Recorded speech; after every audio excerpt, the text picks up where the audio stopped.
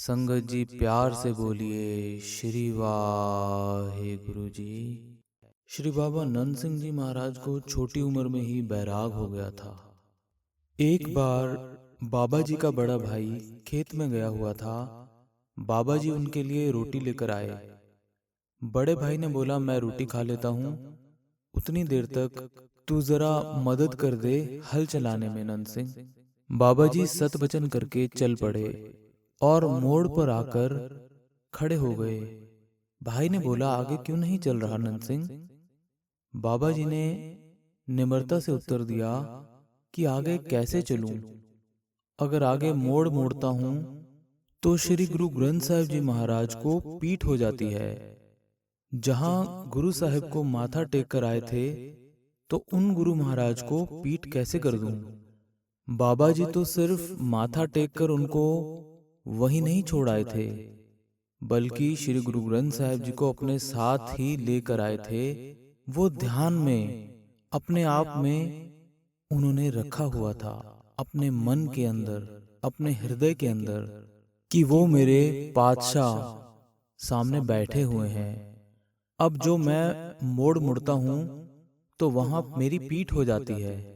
बाबा जी कहने लगे, मेरे लिए तो जहां एक बार माथा टेक दिया है, वहां पर पीठ करना तो पाप है, महापाप है।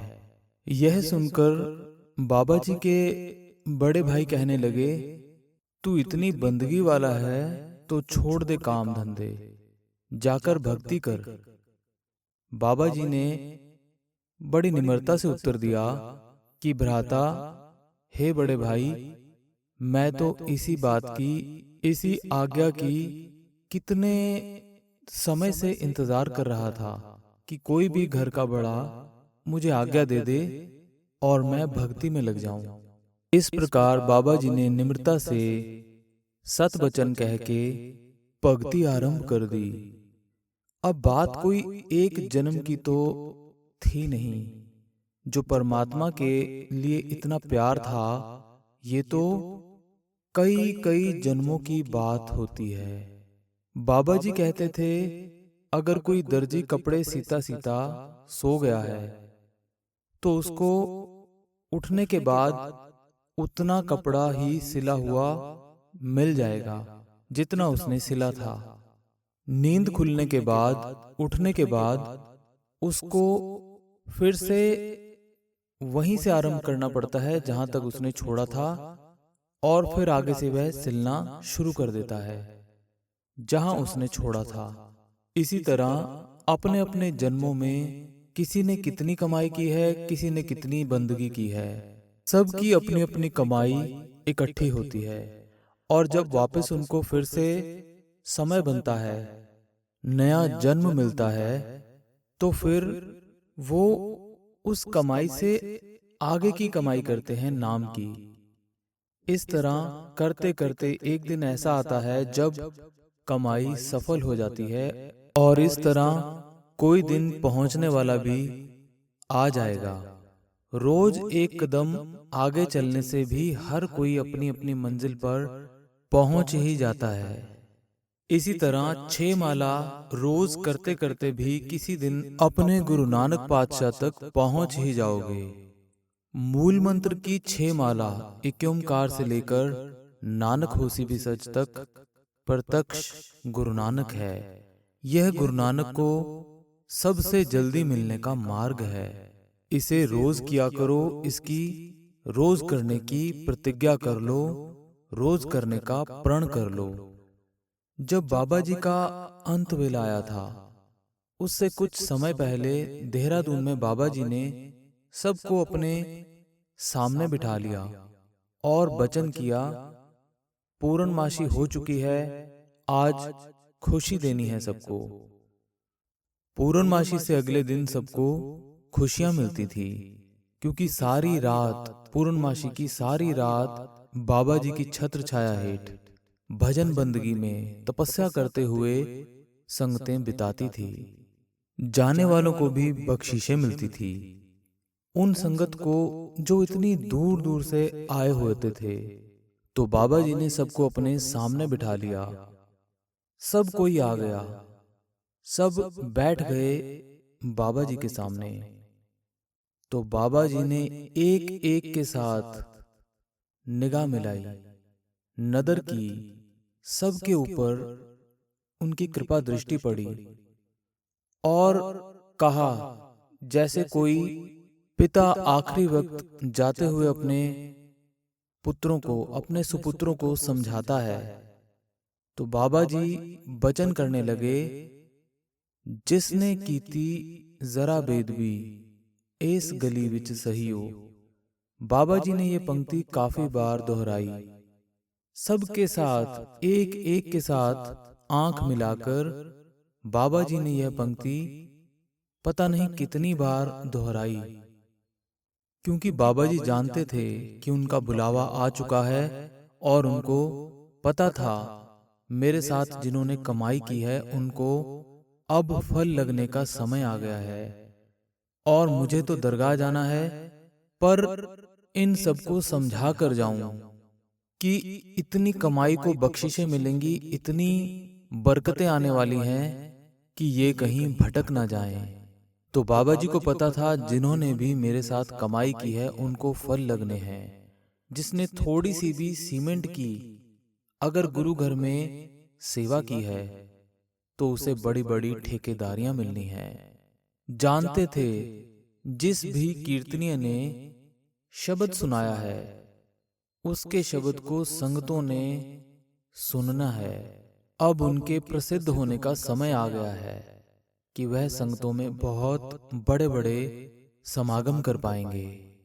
जिसने भी सेवा की है उसकी सेवा में बड़े बड़े राजे महाराजे, बड़े बड़े सरदार रहेंगे। इसलिए उन्होंने समझाना जरूरी समझा। बाबा जी ने इस लहजे में कहा जैसे कोई डांटता है कि मैं तो जाने वाला हूं, खबरदार अगर किसी ने यह गलती की तो। इस पंक्ति को उन्होंने एक बार नहीं, दो बार नहीं, पता नहीं कितनी बार दोहराया। जिसने कीती जरा बेदबी एस गली विच सहियो। जिसने कीती जरा बेदबी एस गली विच सहियो, ज्यों मंसूर चढ़ाया सूली फेर न सानू कहियो। मंसूर ने बेदबी की थी ना, कहता था कि मैं रब हूं, मैं भगवान हूं। रब की राह पर चलने वालों को सबसे बड़ी बेदबी यही है, अगर कोई कुछ बन बैठता है तो बड़ी बेदबी यही करेंगे कि कोई कुछ बन जाए। और जिसने भी इस मार्ग पर यह बेदबी की है तो वो आगे नहीं चल पाया, वो पीछे ही भटक कर रह गया। संगत जी प्यार से बोलिए श्री वाहे गुरु। क्योंकि बाबा जी जानते थे मैं सारी उम्र इतनी निम्रता में रहा हूं और अब इनको समझा जाऊं कि ये मेरा रास्ता ना भूल जाएं। जितनी निम्रता में मैं रहा हूं, निम्रता वाले गुण को यह त्याग न दें, क्योंकि इस रास्ते पर बेअदब ठुकराए जाते हैं। बेअदब कौन है? साध संगत जी, बेअदब कौन है? बेअदब वह है जिसने हौमे की है। बेअदब कौन है? जो कुछ बन बैठा है। कोई कहता है रब को यह नहीं अच्छा लगता, कोई कहता है रब को वो अच्छा नहीं लगता। मगर साध संगत जी, जो चीज रब को बिल्कुल भी अच्छी नहीं लगती वो है अहंकार। हर जी हंकार ना भावई, क्योंकि अहंकारी रब का शरीक बन जाता है और उस परमात्मा को यह शरीक अच्छे नहीं लगते। तो अहंकारी रब का, परमात्मा का दुश्मन है और दुश्मन तो किसी को भी अच्छा नहीं लगता। भाई जब तक भाई होता है तब तक आंखों में रहता है, पर जिस दिन दुश्मनी शुरू कर दे रिश्ते में दरार आ जाती है। इसलिए परमात्मा कहता है कि यदि कोई मेरा दुश्मन बन के आता है तो वो मेरा क्या लगता है, क्योंकि उस वाहिगुरु का कोई दुश्मन नहीं। तो हमें संभल संभल कर पग धरना है। हमें रब का, परमात्मा का दुश्मन नहीं बनना। हमें तो निम्रता धारण करनी है। पर ये रास्ता बहुत मुश्किल है। बाबा जी ने कहा, मंजिल माहिदी औखी काटी, संभल संभल पग तरना, नाले डरना। मंजिल माहिदी, अपने प्रीतम की मंजिल बहुत औखी काटी है। यह काटी बड़ी मुश्किल है, क्योंकि कभी कोई जरा सी भी तपस्या कर लेता है, लोग उसके आगे पीछे भागने लग जाते हैं। उसे मानने वाले, प्रसाद चढ़ाने वाले आ गए तो कोई विरला ही अपने पैरों पर रहता है, तो उनके पैर खुल जाते हैं। फिर सोचता है, मैं क्या का क्या बन गया। इधर बेअदबों की पूछ नहीं है, इधर उनकी पूछ है जिन्होंने गुरु महाराज को अदब दिया है। गुरु महाराज का अदब किया है। अदब उसने किया है जिसने अपने गुरु को परमेश्वर करके जाना है। स्वयं कुछ नहीं बनकर बैठा, केवल और केवल अपने गुरु की, अपने महात्मा की ही उस्तत करता है। स्वयं को कुछ नहीं जानता, स्वयं को तुच्छ जानता है। वह तो बच सकता है, उसकी की हुई कमाई खर्च नहीं होती, उसकी की हुई कमाई उसके साथ जाती है, क्योंकि वह खुद कुछ नहीं बना। गुरु अमरदास साहिब जी सच्चे पातशाह गुरु अंगद साहिब जी के साथ जा रहे हैं। दूसरे गुरु नानक श्री गुरु अंगद साहिब जी महाराज ने कहा, पुरखा जरा आगे आ, कुछ बात करनी है। जब आप पास आए तो चलते चलते उनकी एक बाजू गुरु साहब से आगे हो गई, तो उसी क्षण अपनी बाजू की तरफ देखा और गुरु अमरदास जी ने अपनी बाजू को कहा, सूख नहीं जाती, सूख क्यों नहीं जाती, तू गुरु से आगे निकल गई। बस इतना कहने की देर थी, उसी वक्त वह बाजू सूख गई। अपनी ही बाजू को श्राप देकर सुखा दिया। तो जब अपने आप को गुरु अमरदास जी श्राप दे सकते हैं, तो हमें भी तो दे सकते हैं। जब कुछ बन बैठता है कोई, गुरु से आगे निकलने की बात करता है, गुरु से ज्यादा अपना सत्कार करवाता है, तो जब कुछ बन बैठता है ये इंसान, तो यह बेदबी करता है। बेदबी करता है तो ऐसे श्राप का भागीदार बन जाता है। बाबा जी कहते थे, सिख ने क्या बनना है? कहते थे, सिख ने कुछ नहीं बनना। ये जो कुछ नहीं बनना है, यही सब कुछ बनना है। यह बात बहुत गहरी है संगत जी। यह कुछ ना बनना, अपने आप को कुछ भी सिद्ध ना करना, यही सबसे बड़ी सिद्धता है। यही सबसे बड़ी बात है इस संसार में। इससे ज्यादा कोई कुछ बन ही नहीं सकता। जिसे यह समझ आ गई कि मैंने कुछ नहीं बनना। एक बार बाबा जी संत सुजान सिंह महाराज जी से पूछने लगे, भाई तू किधर जाएगा? उन्होंने उत्तर दिया कि अमृतसर। बाबा जी ने कहा कि कोई वचन किया हुआ है किसी को? तो महाराज संत सुजान सिंह जी ने कहा, जी हाँ, बहुत बड़ा दीवान है। बाबा जी ने कहा, बड़े बड़े लोग वहां आएंगे। उन्होंने कहा, जी हाँ, बड़ा भारी दीवान है, बहुत बड़ा इश्तिहार छपा हुआ है, बड़ी लिस्ट है। फिर बाबा जी ने कहा, तू क्या कहेगा वहां उस संगत में, तू क्या कहेगा? तो संत सुजान सिंह जी महाराज सोच में पड़ गए कि मैं क्या कहूंगा, क्या प्रसंग सुनाऊंगा। उस समय जो आ जाता है वही सुना देता हूं, पर अब ऐसे बाबा जी के सामने नहीं बोल सकता। बाबा जी ने फिर कहा कि भाई तू क्या सुनाएगा संगत को? फिर बाबा जी ने कहा, या तो जा मत, और अगर जाना है तो यह बात कहनी पड़ेगी कि कोई ज्ञानी है, बड़े अर्थ जानता है, अर्थों के भी अर्थ निकाल देता है, पर नाम है नहीं।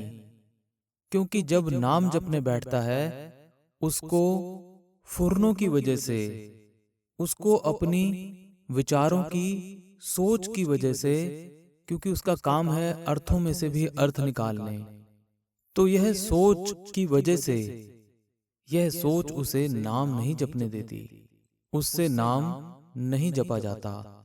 इस तरह बाबा जी जिक्र किया करते हैं, कोई बड़ा लिखारी है, कल में घिसे जा रहा है, सुजान सिंह तू कह देना कि नाम किधर है। और अगर तेरे से कोई वापस पलट कर पूछे कि हमको तो बहुत बोल रहा है, क्या तेरे पास नाम है, तो रागा सिया तू कह देना कि मेरे पास भी नाम नहीं है। जब तू कहेगा मेरे पास भी नहीं है, तेरे पास हो गया ना। क्योंकि गुरु महाराज की वाणी कहती है, सोई अजान कहे मैं जाना, जानन हार न छाना रे। अगर कोई कथनी करे और संगत रो रो कर सुने और वैराग में आ जाए और वो सोचे कि मैंने ऐसी कथनी की है, इस पर साहिब कहते हैं, तूने कथनी नहीं की, तू तो एक दलाल है। लाखों के सौदे हों तो उन दलालों को कितनी सी दलाली मिलती है। जो तेरी कथनी सुनकर जुड़ गए हैं गुरु नानक के चरणों से, वो तो कहां से कहां पहुंच गए, पर तुझे सिर्फ दलाली मिली है। क्योंकि तूने सिर्फ कहा है, तू उधर नहीं पहुंचा जहां तुझे सुनने वाले पहुंच गए।